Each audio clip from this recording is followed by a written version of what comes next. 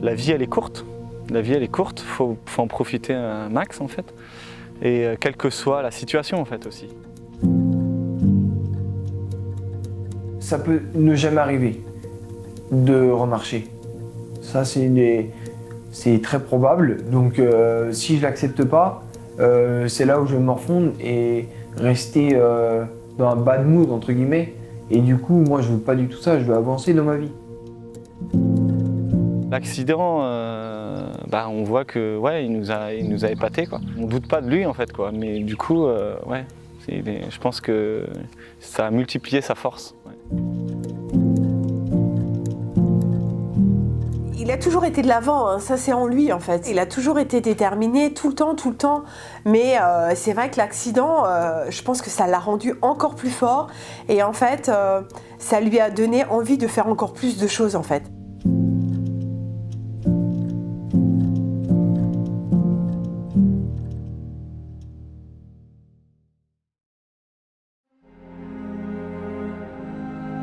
Il arrive parfois que la vie ne vous fasse aucun cadeau.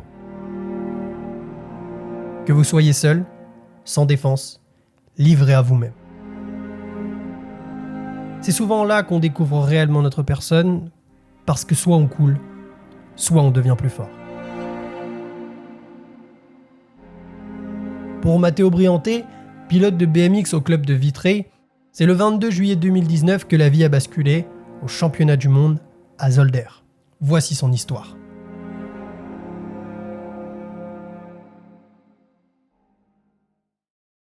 C'est quelqu'un qui sait ce qu'il veut dans la vie, hein. Il a tout le temps été comme ça, depuis tout petit.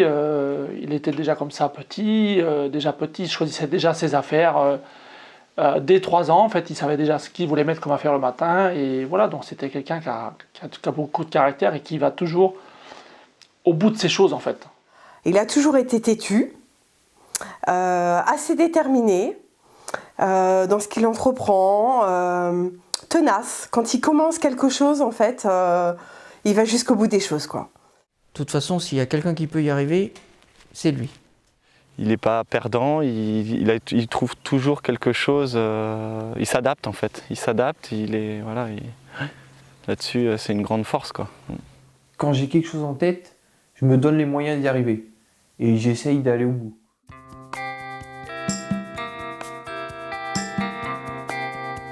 Cette envie d'aller au bout des choses l'amène à tester le BMX en 2008. Première fois par ailleurs que ce nouveau sport est retransmis aux Jeux Olympiques.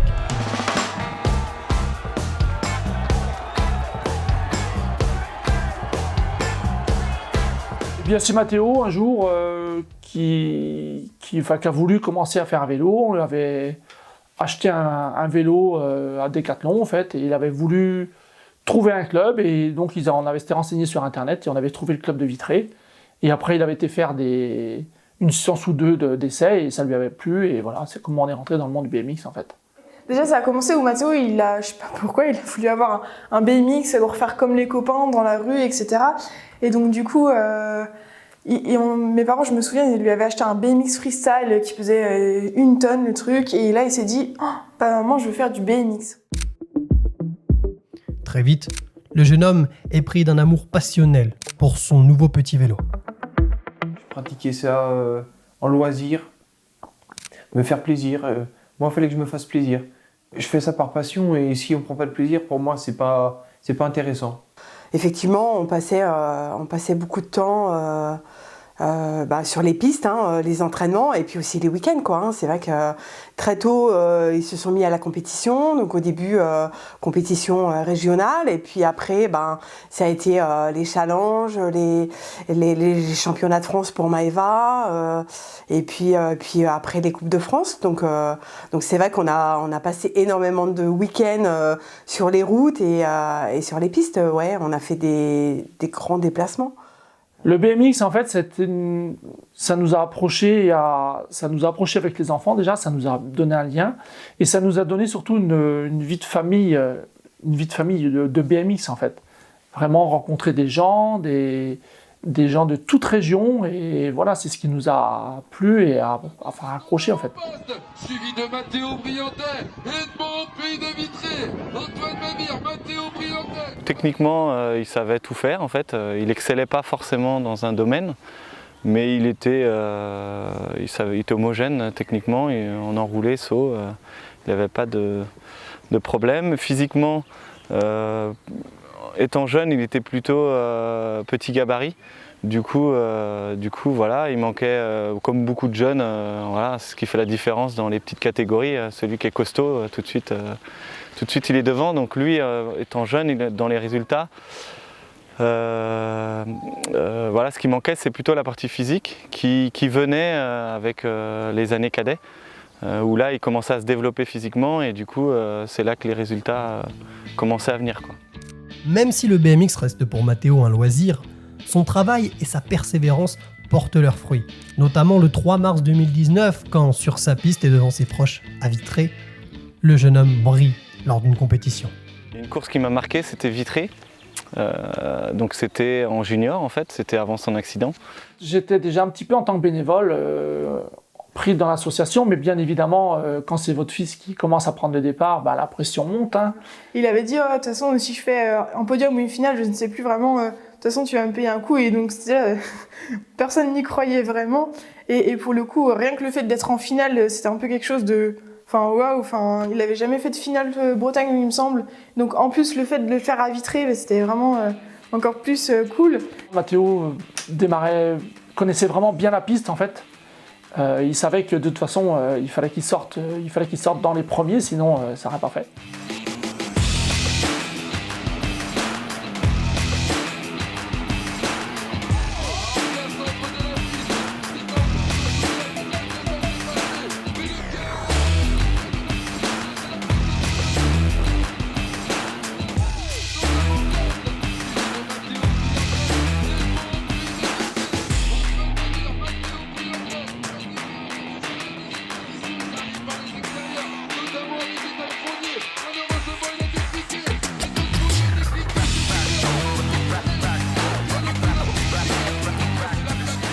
Et donc là, quand on le voit partir et au final qu'il fait une bonne première ligne, un bon premier virage, et qu'en deuxième ligne, il est deuxième, bah, c'est juste sensationnel devant en plus tous les copains du BMX, et savoir qu'à Vitré, bon, bah, forcément, il y a de la famille qui vient un petit peu nous voir et nous encourager, donc ça, c'était vraiment chouette. J'étais tellement surpris de le voir et partir comme ça, et c'est quel bonheur en fait de les voir faire un podium carrément dans la piste de BMX chez nous en fait. Il n'était pas là par hasard en fait, sa deuxième place était méritée. Parce qu'il avait tout fait pour, techniquement il était là le jour-là, il avait pris du physique. Et en fait c'était une course qui m'a marqué parce que bah, voilà, c'était vraiment la première où je le voyais bien devant, à se battre avec les premiers, quoi. Et du coup, je pense que pour lui c'est un bon souvenir aussi, et voilà. La famille était là, les amis étaient là, et puis je dirais que c'est une de ses dernières courses avant l'accident, quoi. C'est la dernière course avant l'accident, quoi.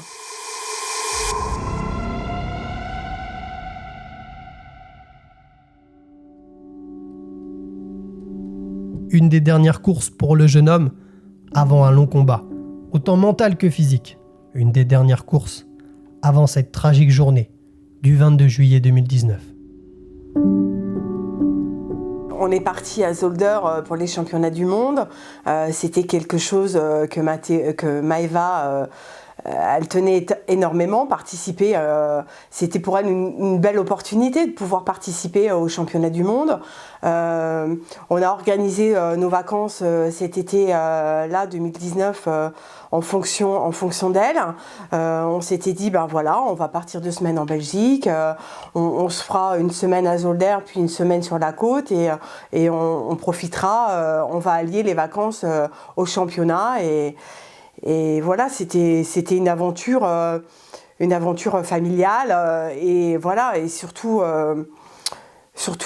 ouais, une satisfaction pour Maëva, un aboutissement, une récompense de pouvoir participer à ces championnats, quoi. On est arrivé le dimanche pour les essais, j'ai fait ma journée d'essai, du coup ça s'est plutôt bien passé. Donc là c'était une journée très très chaude, c'était un peu la canicule. Donc là moi j'étais à fond derrière les pilotes du club, je les suivais, je leur amenais à boire. Donc fin d'après-midi, il faisait 38 degrés, donc nous sommes rentrés au camping en fait. On a bu un coup tous ensemble en famille. Et puis après, les enfants ont décidé d'aller se rafraîchir, à la piscine. Donc nous sommes partis à la piscine en fait. Il était 19h45 à peu près. Et on est arrivé et la piscine fermait à 20h. Donc ils nous ont dit qu'on ne pouvait plus rentrer. Donc nous ne sommes pas rentrés, on a fait demi-tour, on est revenu dehors. Et puis là, ils ont décidé, tout le monde a décidé, tiens, si on allait au lac derrière. Du coup, moi, je suis allé le premier à l'eau. Je me suis mouillé un peu comme ça. Et puis après, j'ai décidé d'aller plonger. Et puis, le premier plongeon n'est pas passé.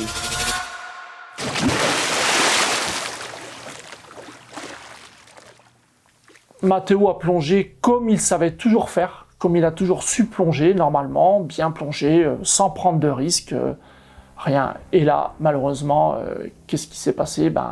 Je pense pas que j'ai touché le fond, je ne le saurais jamais. J'ai toujours été conscient, mais à partir du moment où j'étais dans l'eau, là, plus aucun signal. J'avais ma tête, je savais ce que j'avais, mais j'étais incapable de bouger, incapable de me retourner, incapable de parler parce que j'avais la tête dans l'eau. Et là, franchement, tu vois ta vie défiler et tu te dis, pourvu qu'il y ait quelqu'un qui vienne me sauver. Je l'ai appelé une fois, et comme moi je connaissais mon fils par cœur, je l'ai rappelé une deuxième fois, et là il ne pouvait pas me répondre. Et c'est là que j'ai senti qu'il y avait besoin que j'aille le chercher. Mon père était là au bon moment.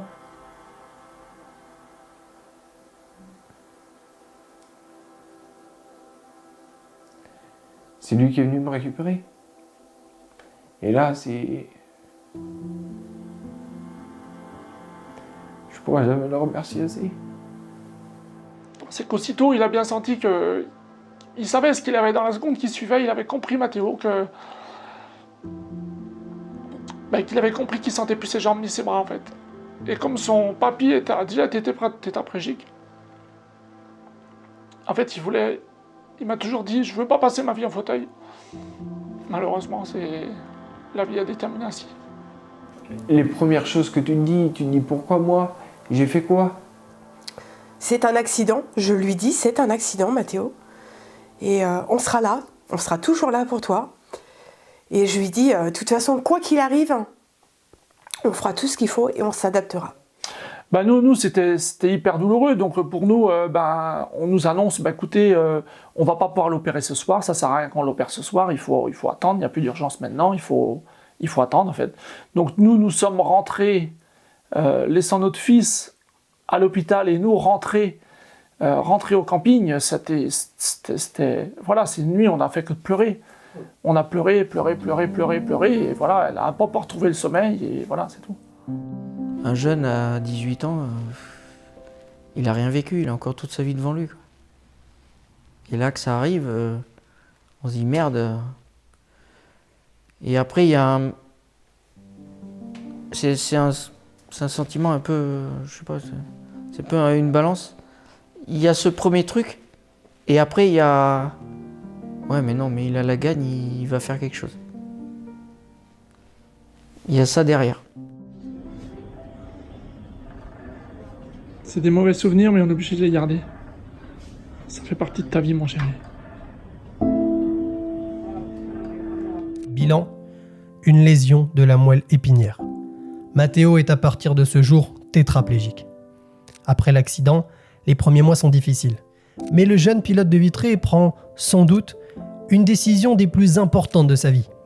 Il décide de ne pas se laisser abattre, afin d'entamer une nouvelle vie pleine d'espoir. Personne me l'a fait, j'ai fait ça tout seul. Et c'est compliqué de faire vivre ça à sa famille. Au début, tu te dis, merde, c'est moi qui, entre guillemets, je vais briser leur vie. Parce que la vie, elle change pour tout le monde. Et du coup, je me suis dit, si moi, je me morfonds, déjà que eux, ils ont du mal à le vivre, ça va être hyper compliqué pour tout le monde. On a fait beaucoup de choses, mais Mathéo a une force mentale impressionnante et qui nous a tout le temps emmenés vers l'avant, ce qui fait que ça nous a porté, nous aussi, en tant que parents. Et je dirais que, oui, on se sent bien maintenant. Enfin, Mathéo, on voit bien qu'il est heureux d'être à la maison, voilà, c'est ça.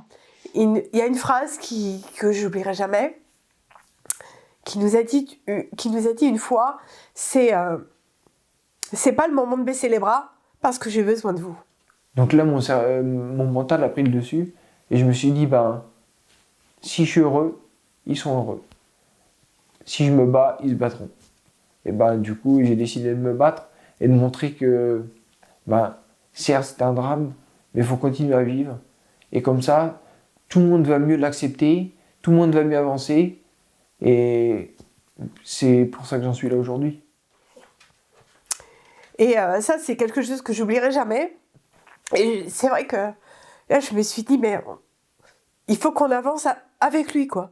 J'ai toujours du soutien et puis j'ai réussi à trouver des occupations. Et moi, quand j'ai envie de faire quelque chose, je me donne les moyens comme je le faisais avant.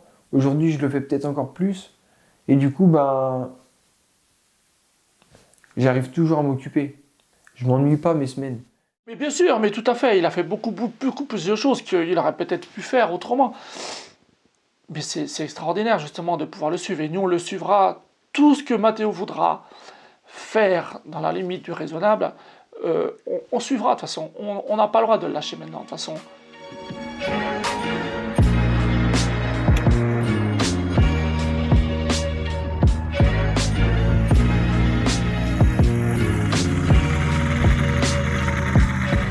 Alors ?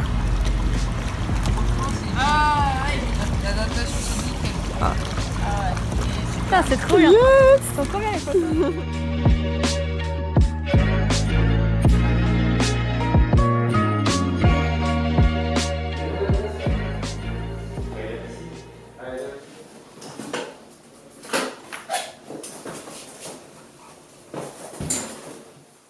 On le voit 3 fois par semaine avec mon collègue Damien.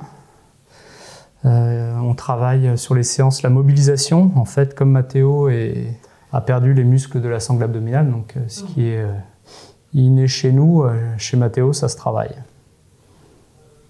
Ça s'entretient.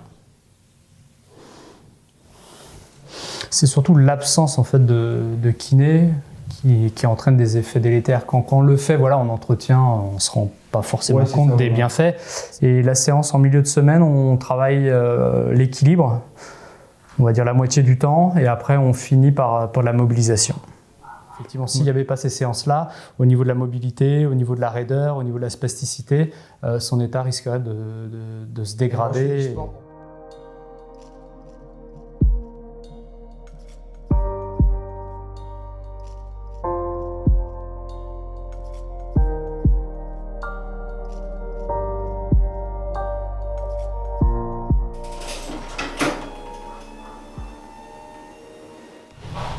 C'est bon. Donc je fais vraiment le minimum. Tout ce que Mathéo peut faire, il le fait. Et moi, je viens juste ajuster ce qu'il ne peut pas faire. Le blanche, on est pas mal. Toutes les phrases.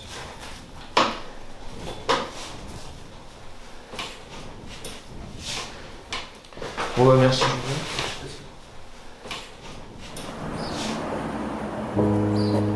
Alors pour le coup, Mathéo s'est mis au CrossFit là depuis quelques temps, dans l'objectif de se renforcer un petit peu, parce que bien que les muscles qui restent, ils sont malheureusement un petit peu faibles, donc du coup il veut vraiment se renforcer, et donc vu que je l'accompagne toutes les semaines, ou dès que je peux en tout cas, à ces séances de CrossFit, on a dit tant qu'à faire, plutôt que le regarder, autant en profiter et essayer de s'entraîner. Donc pour le coup, je pense que d'ici quelques semaines, ça va se mettre en place, et puis comme ça on va pouvoir s'entraîner ensemble tous les deux, un petit peu comme on faisait au BMX, donc ça, c'est plutôt une bonne chose. Là, t'en fais combien ?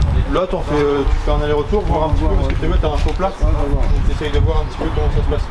Allez, 3, 2, 1 et top! You can catch me riding dirty, but my car not. It's love and loyalty into my heart lot. Never turn your back, won't know how it turned out. Allez, tu sors, tu prends l'élan, tu descends la montée. Allez!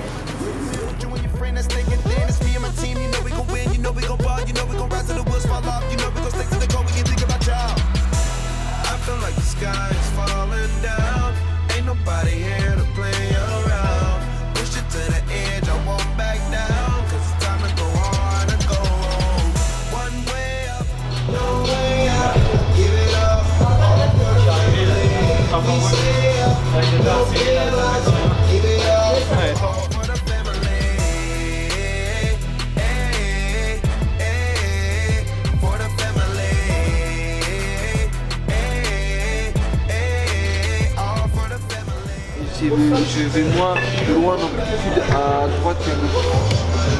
Bien joué. Ça a été Les 10 premières ça allait, ouais. Les 10 dernières pour vraiment aller chercher l'épaule c'était compliqué. Ouais. Si je commence à trop d'un coup, après tu peux plus rien faire. Après, genre, je sais que mon poignet, au début j'avais voulu le renforcer. La veille le matin. Bah oui, le matin. Ouais.